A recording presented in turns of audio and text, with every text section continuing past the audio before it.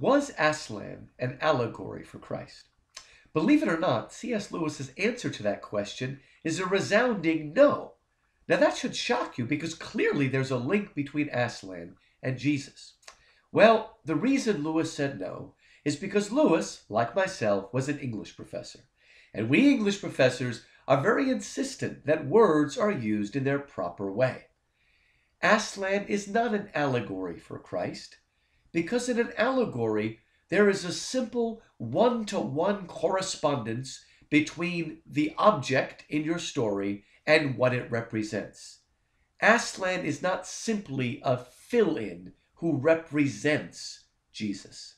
As Lewis himself explained it, Aslan is not an allegory for Christ. He said, I wasn't writing allegory.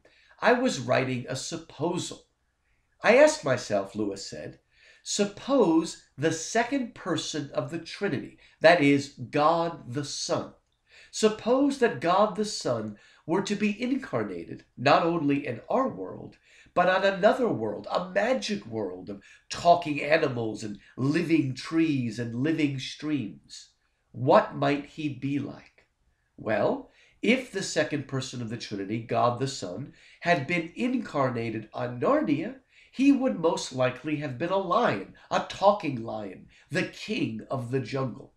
And so, Aslan is not an allegory for Christ. He is the Christ of Narnia.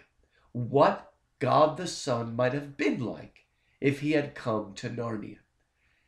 On a more general scale, The Lion, the Witch, and the Wardrobe and the other Chronicles of Narnia are not allegories. They're not a simple one-to-one ratio. Peter is not the Apostle Peter, or Lucy the Apostle John.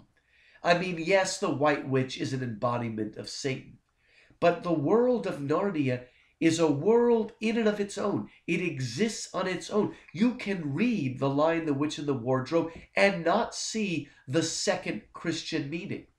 But if you see it, it will give you deeper levels of meaning. You can read it as an adventure story. Aslan is a character who has his own fictional creative life in Narnia, in the world C.S. Lewis created.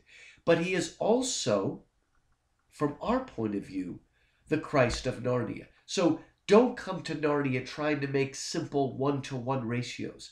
Come to Narnia to experience it as a world in its own, but look for second, deeper levels of meaning that will enhance your reading of this great classic.